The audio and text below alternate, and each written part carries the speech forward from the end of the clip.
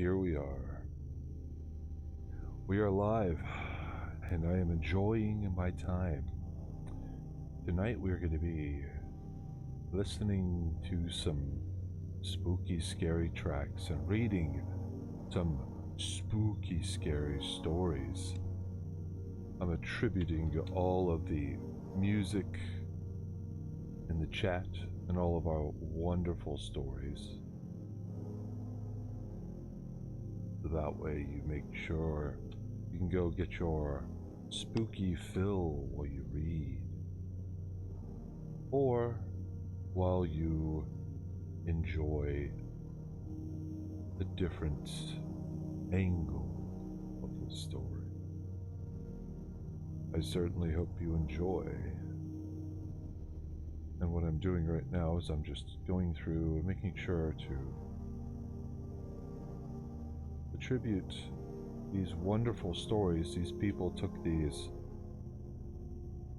their time in making us.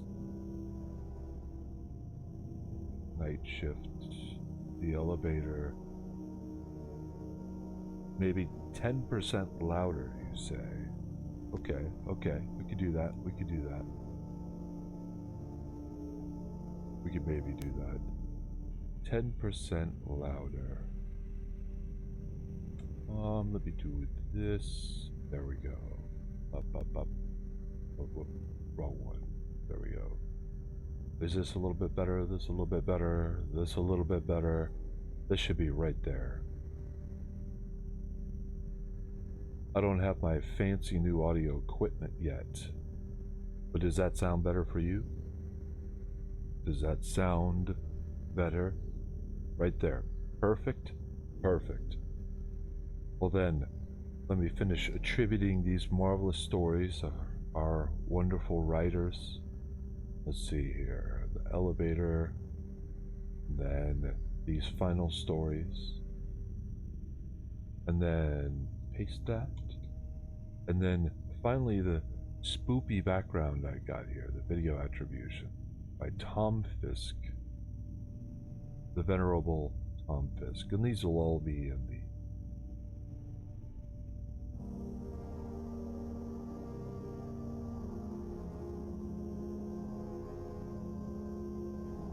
Do you hear the background music? Doesn't it sound spooky? Is this the spooks, the haunts you are looking for? I certainly hope it is. You've come to the right place. I think it's also quiet. Okay, hold on. I can do something about that. How about this? Is this better? I don't want it overpowering my voice. That's the reason why I've dialed it back just a smidge. Just let me know if that's good enough for you. If this is good for you. If you do enjoy a good story. I think what I'm going to start with. Give me one quick second.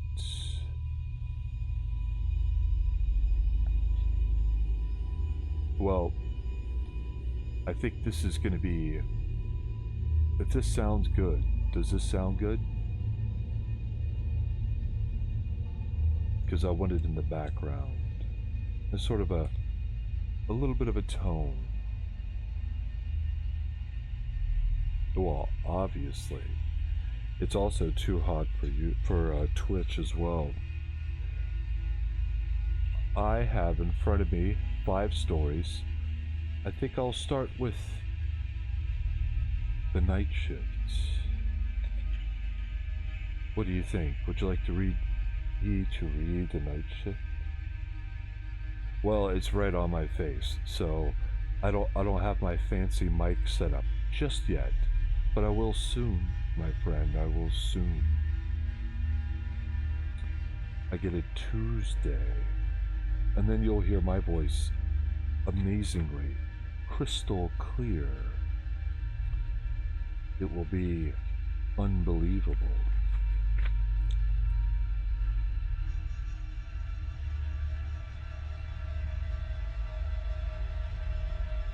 That's okay. It's no problem at all, but thank you for 1,000%. Thank you so much for coming in, my friend. I really appreciate it.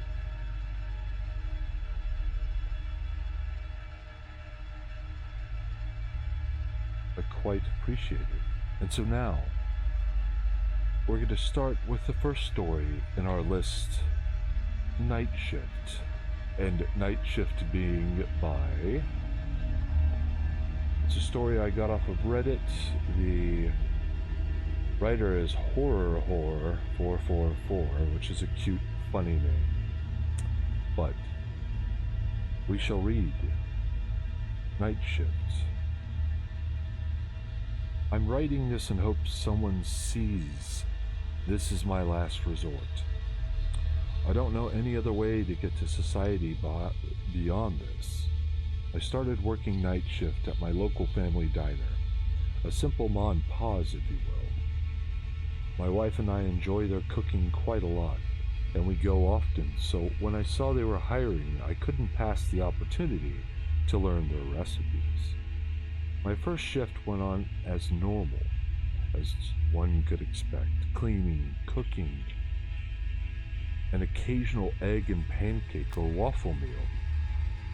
You know, the normal, I'm stoned and want breakfast, and such. It went like that for a few weeks, and eventually I knew all their recipes and was doing really well. I even got a raise, as well as a shift extension. Working from 8 p.m. to 8 a.m., had a variety of customers, lots of good stories, even some bad stories. Things were going really good. I was looking to become a manager. I was the only night shift person until 6 a.m. But then I met her. She was a beautiful woman, ginger hair, not ginger like light orange, more of a deep sunset. It was beautifully styled every time I saw her. She always wore a sundress, never too short but never too long, always hitting above the knee to thigh. She had light freckles peppered across her cheeks, nose, bridge, and forehead. Her skin was pale, ghostly, almost. For a while she would come and order a coffee and orange juice, along with biscuits and gravy with bacon. She drove a small red car that had a soft hum to it. She often smelled of cigarettes and flowers. She had daring, deep brown eyes. You'd become lost in them. Her laugh echoed in my mind softly, fluttering, replacing my wife's. Her name was Rosalie, and she was 23. I was 24, so we were close in age. Often we would spend her time laughing and joking, but a bond formed. I found myself waiting for her to come, leaving work early in hopes she'd come earlier. My wife noticed a disconnect, but I told her I was trying to warm the manager's position, and she understood. She shouldn't have. After months of her coming in, we started stepping out to her car to smoke. Then one night we kissed. Eventually, it became a regular kissing. I didn't feel much guilt until we did it. We had beautiful, lustful sex, and it was world-shaking. Her coming around slowed down, and I fell into a great depression. I began to eat on the job, which was fine, a free meal had been provided. I didn't realize the weight gain until my pants wouldn't zip, and my wife grew concerned. I was ashamed. My wife tried helping me exercise and diet, but I couldn't control myself. I couldn't help but eat. After Rose leaving, I was just a mess. I fell into a deep feeling of sloth. My wife began to give me more to the relationship, as I grew more to overindulge in other vices. My drinking slowly started getting worse. Started smoking weed. It got bad. I was in a dark place for a bit. I went to a psychiatrist and told them what had been going on. They didn't feel bad for me. It was invalidating, but I understood. I fell into serious obsessions. It was like life or death if I didn't eat, drink, or smoke. I would grow angry, sick sometimes. It was bad. My wife began telling people behind my back, saying I wasn't an alcoholic, and I wasn't suffering an eating disorder, that it was gluttony. I began noticing the size of people coming in, seeing their meal sizes, how happy they were. I hated myself. I had everything, then Rose ruined everything. The more people observed, the more jealous I grew. I wanted my old self back. I worked hard on achieving that. Slowly, my wife became disconnected and started slowly packing her things. It took me a while to notice. She was leaving. She ended up leaving and getting with her coworker. It was heartbreaking. My soul was crushed, my ego shattered. I became envious of the other man. He was skinny, smart, treated her well. They would even come in and eat at my restaurant. My envy only grew into anger. The anger that developed helped me to get back to where I was, skinny, strong, and attractive. They would come in often. She missed me. I knew she did, I could tell. It wasn't what she wanted, it was me. I stopped thinking of Rose, and only her. She was the one I wanted, still filled with envy and rageful wrath. My ex-wife started coming in alone, sitting at the bar talking with me. My anger lifted. As we began to bond with each other again, things felt like they were falling into place. I was growing healthier than before, and she liked it. She liked the new me, and honestly, I did too. Women would come in just to stare at me at work. They'd flirt, but I only wanted her. Of course, I didn't mind at times. It would go to my head. I became obsessed with myself, looking good not only for her, but for me and the other women. I started getting more tips, and people coming in asking for me. I got another raise and promoted to manager. Things were looking really good. My ex-wife wanted me back. I wanted her to fight for me. I mean, she was the one that left. She worked hard and it wasn't enough. I just wanted more. My pride and ego had been too strong now. I knew every woman in the building came for me and wanted me. Why would I settle? They tipped me $50 for a buck of coffee. I noticed becoming obsessed over the money I was making. All the things I could afford. I got a new house and my pride only grew. Alice, my ex-wife, continued chasing after me, calling me and talking for hours, showing up to my house randomly, and so on. It was nice, but I just wanted more. I agreed to be with Alice again if she allowed me to use my money as I pleased, and I could have sex with other people. It was nice. I had everything I wanted. Alice, money, other women. Things were looking really good until Rose came back. We began to have sex again, and one night she brought me a gift. It was a tea we were talking about, that she made homemade. I drank the tea and my vision began to blur, sound becoming disoriented as I slowly hit the ground. I'll wake up seeing Rose, Alice, and my employers standing around me. I looked around confused and rubbed my head. What happened? I asked before Rose and Alice carried me to the storage room. You failed. You checked all the boxes. Rose stated before her face became disfigured. You committed all 7 sins: lust, gluttony, sloth, envy, wrath, pride, and greed. She stated, becoming more deformed. She grew taller, more pale, skinnier. Her fingers grew claws as Alice and my employers began to do the same. Mike, the owner, let out a soft chuckle. The lucky 7. You didn't realize the name? This is your mistake, he stated as they grew closer. Before the doorbell jingled, implying a customer, they immediately went back to their original state. out on smiles and walked out, locking the door. I grabbed the computer and began typing this. I'm writing this in hopes someone sees. This is my last resort. Don't know any other way to get to society beyond this. I fear I'm trapped with the devil himself.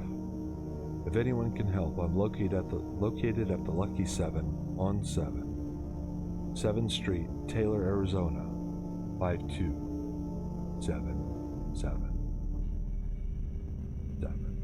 There we are. That's an interesting tale. Of course, being on Reddit, we don't have the same editorial chops, so here and there. It was a good story, though, overall. I enjoyed it. Hopefully you all enjoyed it. I suppose we should start on another story. Maybe a dark play on an old classic. Let's look and see here. The Elevator, that's also a good one. The Haunting of Blackwood Manor, a tale of eternal dread. That's always interesting. That seems interesting. Let's see here. Beauty's Dark Dominion. Here we are. An old classic. Reimagine. This should be interesting.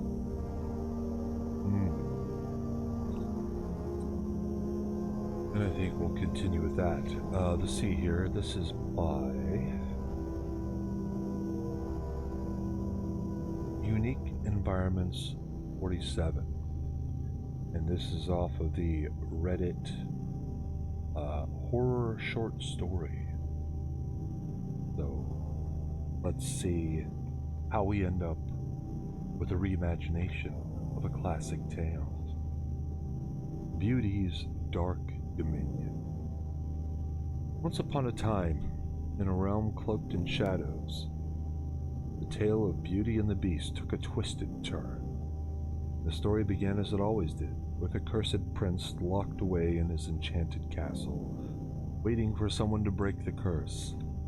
But this time, when the final petal fell from the enchanted rose, the curse remained unbroken, shrouding the castle in everlasting dark. Enraged and consumed by his monstrous nature, the beast locked Belle, the would-be savior, back in her gilded prison. As evening fell, a chilling wind swept through the castle, carrying with it a dark smoke that seeped into every corner, filling the air with an ominous presence. Confusion gnawed at the beast's heart as he felt the tendrils of corruption wrap around his soul, infiltrating his being with each breath he took. He was not alone in this descent into darkness. Everyone in the castle, from the lowest servant to the highest tower, was tainted by the malevolent force that swirled within. From the prison corridors, a sinister laugh began to echo, sending shivers down the spines of those who remained. It was Belle. Emerging from the shadows, her once soft features contorted into a malicious grin. She reached out and plucked Fifi, the feather duster, from her perch, while the small creature begged for mercy. Belle's smile grew wider as she held Fifi in her hands, dark energy and corruption radiating from her touch. Fifi screamed in agony as the darkness consumed her, morphing her into a lifeless staff, with her face forever etched upon it. Down the corridors and into the main hall, Belle advanced, witnessing her former friends begging for help and slowly getting corrupted. With her newfound powers of darkness, she unleashed her wrath upon them, turning them into sinister versions of themselves, devoid of memories or remorse, fueled only by hatred and malice, eternally loyal to their malevolent mistress. Suddenly, a beast roar echoed through the castle.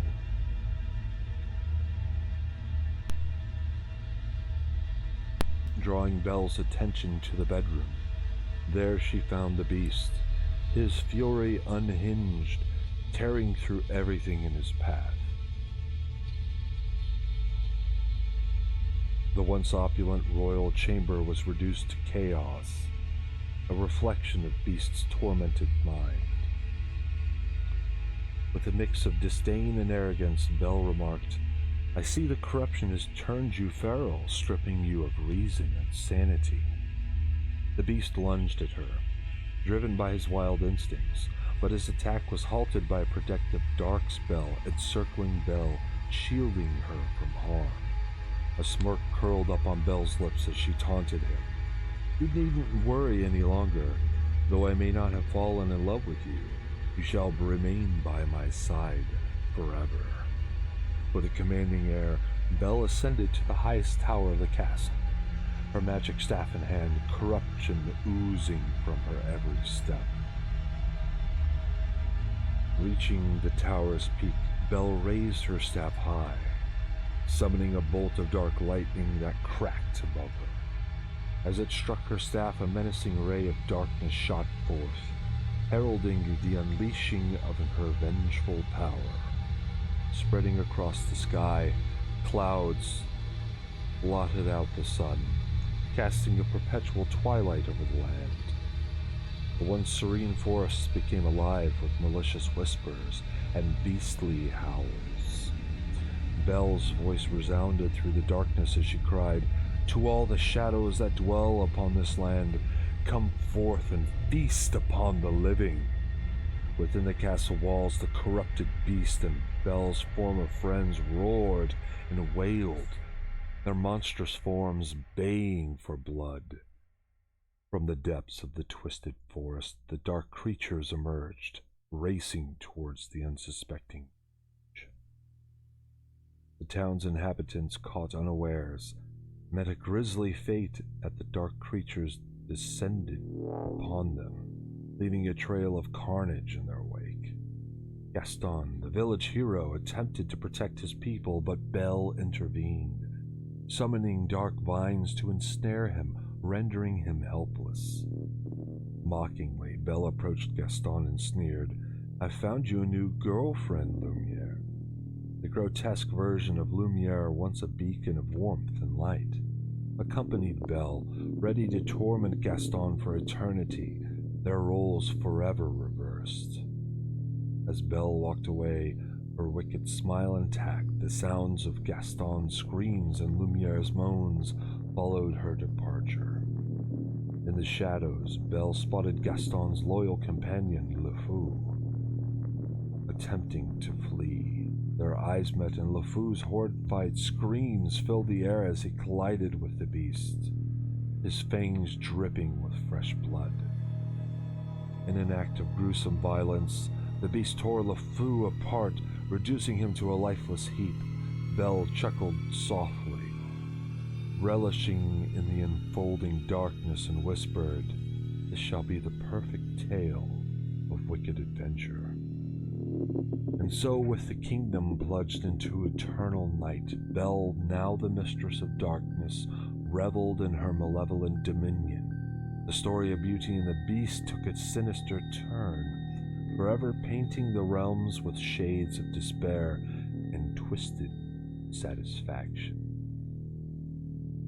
An interesting little play and turn on our dear friend, Beauty and the Beast. And thanks for the look, Q-Rox. I really much appreciate it. Thank you. Thank you kindly. And now, let us pick the next story, the next short story, to enjoy together with this ambiance. Oh, Darbu. Oh, sweet, handsome, virulent Darbu. I'm reading dark and twisted tales of horror and fright. Would you like to follow along with me with another wonderful tale of horror, scares? Everyone likes a good little spooky boo.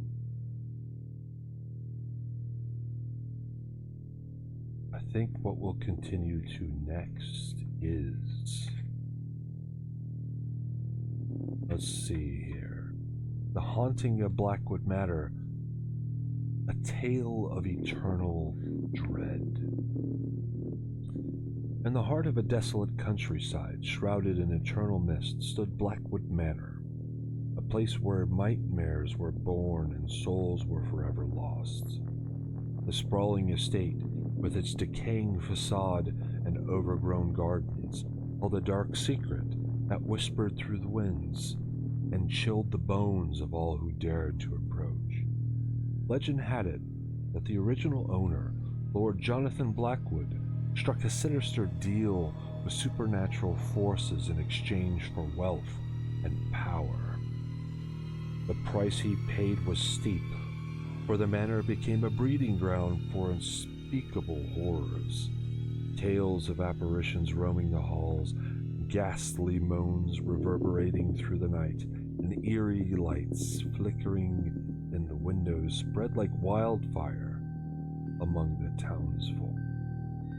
One storm-laden evening, a group of daring individuals decided to investigate the rumors and unlock the mysteries that Blackwood Manor held. Ignoring the warnings. Hello, sweetest Spitfire. I'm continuing the story. We're starting out. We're just into the haunting of Blackwood Manor. Ignoring the warnings and armed with nothing but their unwavering curiosity, they stepped foot onto the haunted grounds, unknowingly sealing their fates. As they traversed the overgrown pathway leading to the main entrance, a bone-chilling gust of wind swept through, extinguishing their lanterns and leaving them in complete darkness. Oh, it's okay, Captain. You'll get there one day. I just have age, that's all.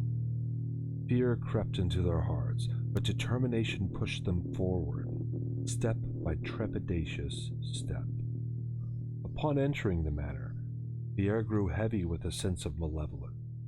The floorboards groaned beneath their feet as if the house itself resented their intrusion. Whispers echoed through the corridors, luring the group deeper into the labyrinthian maze of rooms. Each room they encountered seemed to possess a distinct aura of terror. In one, they discovered a collection of grotesque porcelain dolls, their vacant eyes staring into the abyss of their souls. In another, an ancient library filled with forbidden tomes, each whispering forbidden knowledge that threatened to unhinge their sanity. As they delved deeper into the bowels of the manor, their senses were assailed by sights and sound that defied logic. Shadowy figures danced in the periphery of their vision, disappearing as quickly as they appeared. Flickering candlelight revealed glimpses of the long-dead inhabitants, their skeletal remains silently pleading for release. Time became an enigma with Blackwood Manor's walls. Sorry.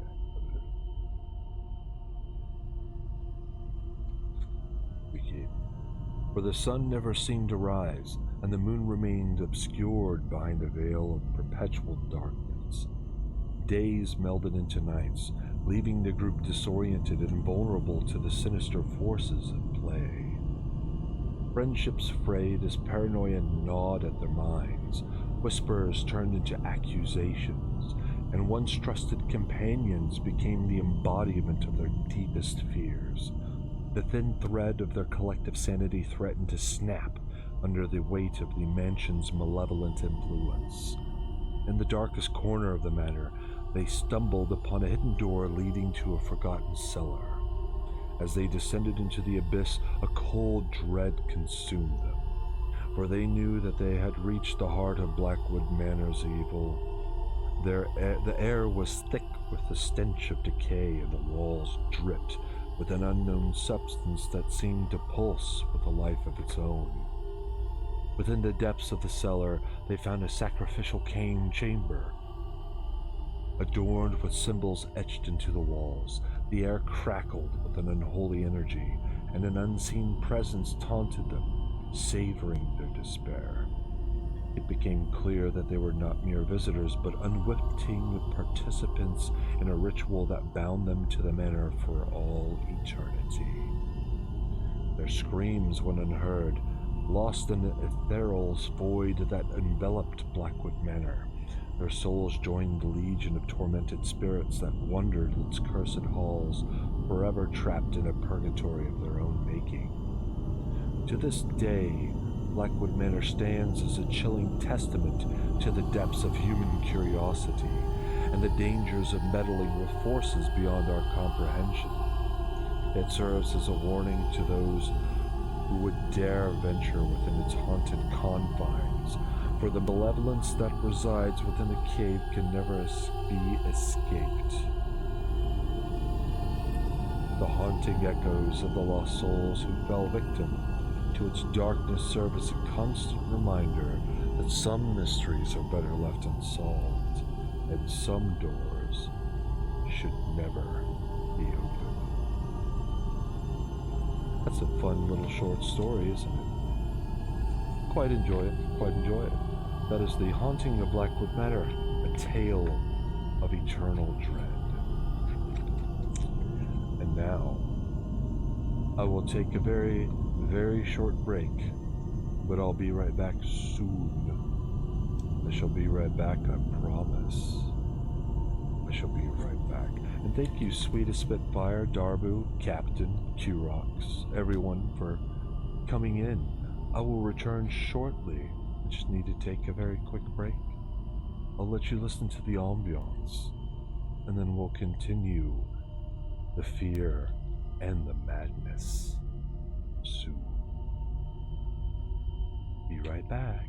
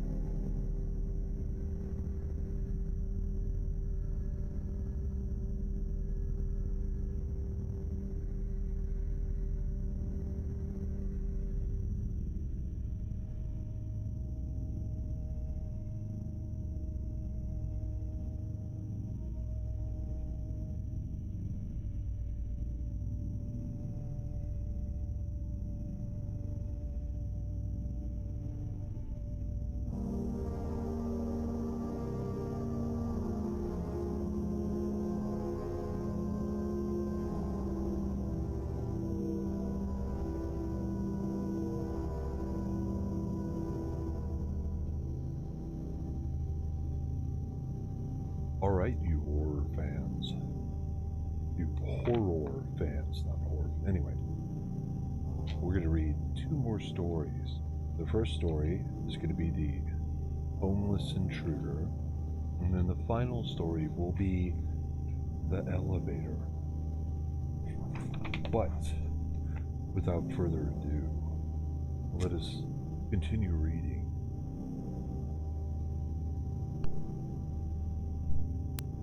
The Homeless Intruder. Once upon a time, in a small town, I discovered something unsettling in my basement. It all began when I started noticing strange noises at night, as if someone was moving around down. At first, I dismissed it as mere creaking of the old house. Thank you very much.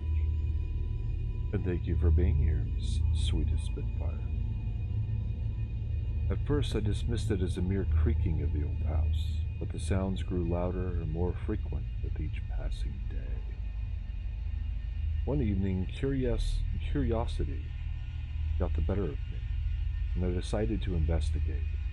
Armed with a flashlight, I cautiously descended into the dimly lit depths of my basement. As I reached the bottom of the stairs, I froze in horror. There, huddled in a dark corner, was a homeless man. His disheveled appearance and wild eyes sent chills down my spine. Caught off guard, I stumbled backward, causing the man to stir. He slowly turned his head toward me, revealing a twisted grin on his face. Fear gripped me as I realized he had been living in my basement all along, unbeknownst to me. I quickly retreated, locking the basement door behind me and calling the police. The authorities arrived swiftly, but the homeless man had vanished without a trace. They searched the area thoroughly, but he seemed to have melted into thin air. I couldn't shake off the feeling of unease that lingered within me, knowing that he was out there somewhere. Days turned into weeks, and life gradually returned to normal. However, the nightmare was far from over. The local news reported a series of gruesome murders, all of which had a chilling similarity. Each victim was a homeless person, brutally slain with an uncanny precision that sent shivers down the spines of investigators. It didn't take long for the pieces of the puzzle to fall into place. The sinister truth emerged like a specter from the shadows. The homeless man who had taken refuge in my basement was the perpetrator. He had been silently observing his victims, planning his macabre acts with meticulous detail. The revelation filled me with a profound sense of guilt and horror. I couldn't help but wonder if I had prevented these atrocities had I discovered this presence earlier. The weight of responsibility bore down on me, intertwining the fear that consumed me. To this day, I live in constant fear, haunted by the memory of that homeless man lurking in my basement. The story serves as a chilling reminder that darkness can hide in the most unexpected places, and the line between reality and nightmares can be frighteningly thin. And that was The Homeless Intruder. And hopefully everybody's having a fantastic night. Thank you all for joining me on this journey of delicious stories. I've left the elevator for last. It's a couple pages long, so it's another neat short story from Redoute, which again, in the VOD, all the attributions will be in the bottom.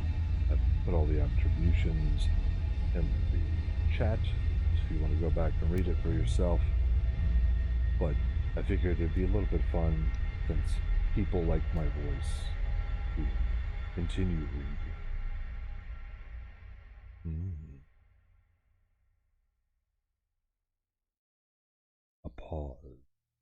Pause in the music. Isn't this? But next, we begin the elevator. Have you ever wondered what happened when you push all the buttons on an elevator? Well, I unfortunately found out.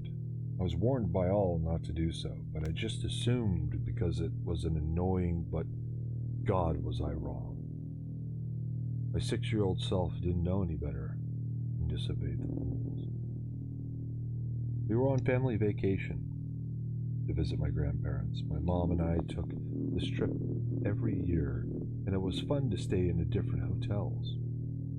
My mom would always accompany me in the elevator, but today she told me to head to our rooms so she could finish making arrangements. I was so excited to use the elevator alone for the first time. Anytime my mom and I would use the elevator, I tried to push all the buttons but would be smacked away and told just to press the floor we would be going to. Now was my opportunity to play with the buttons, and I was going to take full advantage of it. I ran into the elevator and pushed all of the white glowing buttons from 1 to 33. The elevator slowly went floor to floor, creaking before opening the doors. No one got in. I didn't mind though. A few times I saw people walking towards the elevator, but not making it in time. After I stopped on every floor, a new button appeared. 13. After noticing the intriguing red glowing button, I pressed it and went to the 13th floor. If I could explain it, I would. But really it seemed like all of the other floors, yellow walls, maroon carpeted floors, window at the end of the hallway, white baseboards, 6 doors per wall, but with an odd lighting and smell. It seemed the same but different. The carpet had been more worn, some patches missing here and there, the walls' paint being more dull, and some holes in the drywall. Occasional lights bring out, causing the lighting to be more dark. My senses were heightened as I walked around trying to figure out what this new floor was. It was odd, because on the other floors there had been other people walking, or the occasional cough, laugh, or voice. But there was no sound on this floor, besides the soft hum of the lights. After exploring the floor and finding nothing intriguing, I decided to go back to the elevator and once again press all the buttons. The elevator immediately shook and began creaking as it took me to the 33rd floor and dropped me. I screamed, holding onto the bar, nearly peeing my pants out of fear, thinking this was when I would die. The elevator moved increasingly fast as I saw the floor numbers light up. 32, 31, 30, 29, the speed increasing with each floor's lights flickered and the elevator music became distorted. The music began playing faster, deeper as the floors began to read. 28, 27, 26, the words began to crackle, becoming inaudible. Shaking and fearing for the moment I hit the bottom, I clenched my jaw, thinking of my mother and all the times she warned me not to do this. 25, 24, 23, the elevator dinged at every floor, its speed still increasing as the music became more uncomforting. As I clenched my eyes, trying to pray to not die, I kept rethinking doing this. 22, 21, 20. The elevator music increased and it began playing so loud the walls vibrated more than before. 19, 18, 17. I kept screaming for my mom, screaming apologies. 16, 14, 13. The elevator immediately stopped, slamming me onto the 13th floor, causing me to lose my balance and fall. The music now being more distorted and playing reverse. I immediately ran out of breath and dizzy, but the floor had now been yellow with burnt carpet, missing in the walls maroon, the wallpaper bubbling at some points, and being burnt as well. The window was dark. too dark, like looking out at the sea at night, and the baseboards were now black, burnt, and grimy looking. The smell was disgusting, smelling of metal, fire, smoke, and something else I couldn't identify, but had been so disgusting I could taste it. I immediately wanted to run back to the elevator to go to my parents, but the elevator had disappeared. It was terrifying, but I proceeded to wander around, figuring I was in the wrong place and just needed to retrace my steps back to the elevator.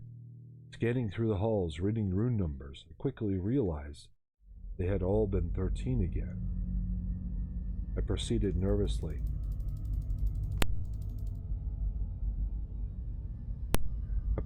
to nervously run the hallways, seemingly extending as I walked down on them. I finally reached the end of the hallway and the door read 666, customer service.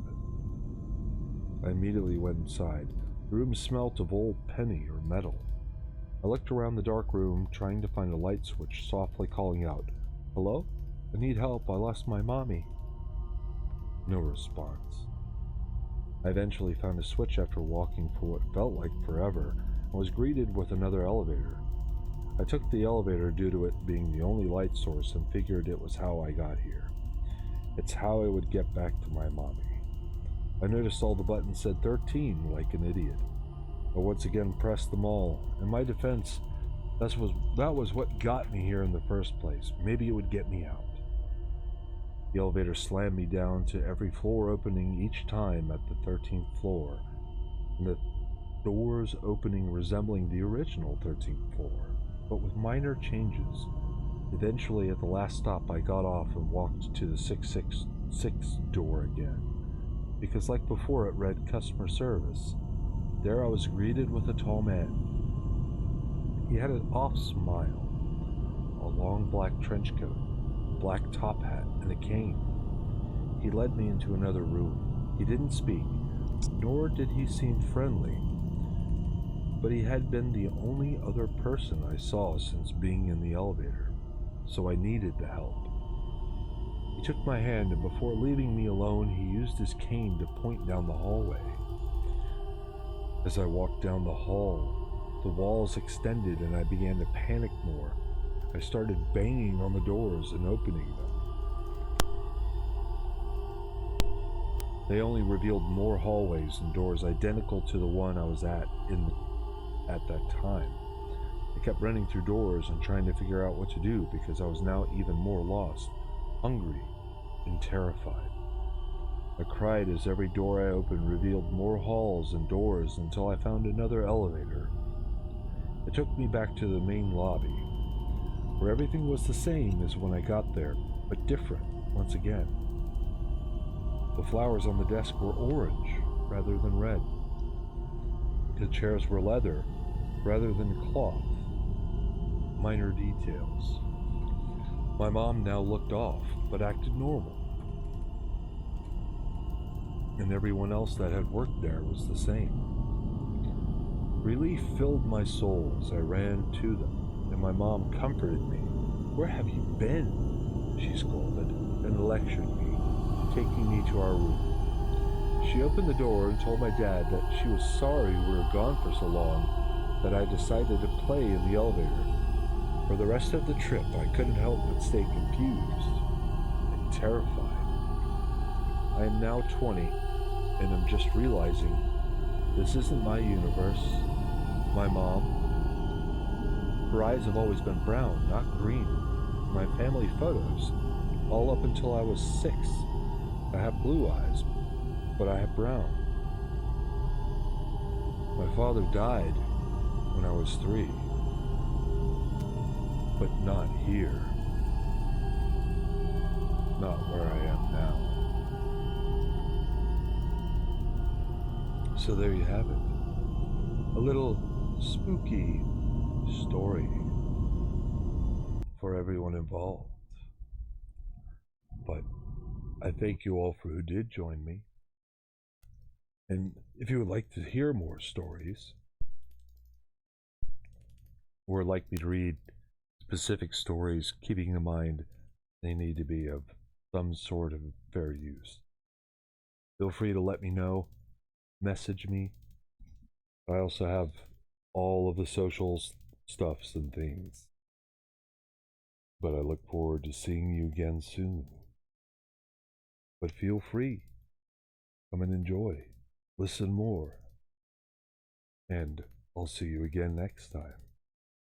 Thank you so much.